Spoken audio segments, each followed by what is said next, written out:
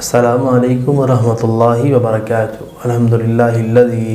ہدانا لہذا وما كنا لنہتدی لولا ان ہدانا اللہ، اما بعد فاعوذ باللہ من الشیطان الرجیم، بسم اللہ الرحمن الرحیم۔ ناظرین، آج میں آپ کے سامنے ایسے خواب رکھوں گا جو شخص یہ چاہتا ہے کہ اللہ تعالیٰ اس کی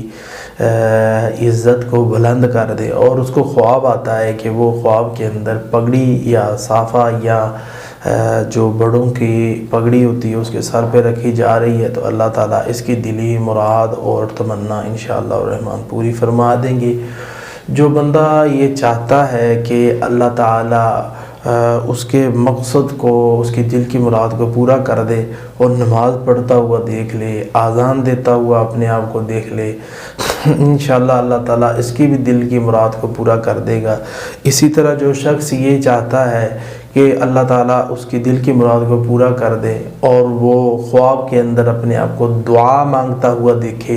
اللہ تعالیٰ اس کی بھی دل کی مراد کو پورا کر دے گا۔ اس طرح جو شخص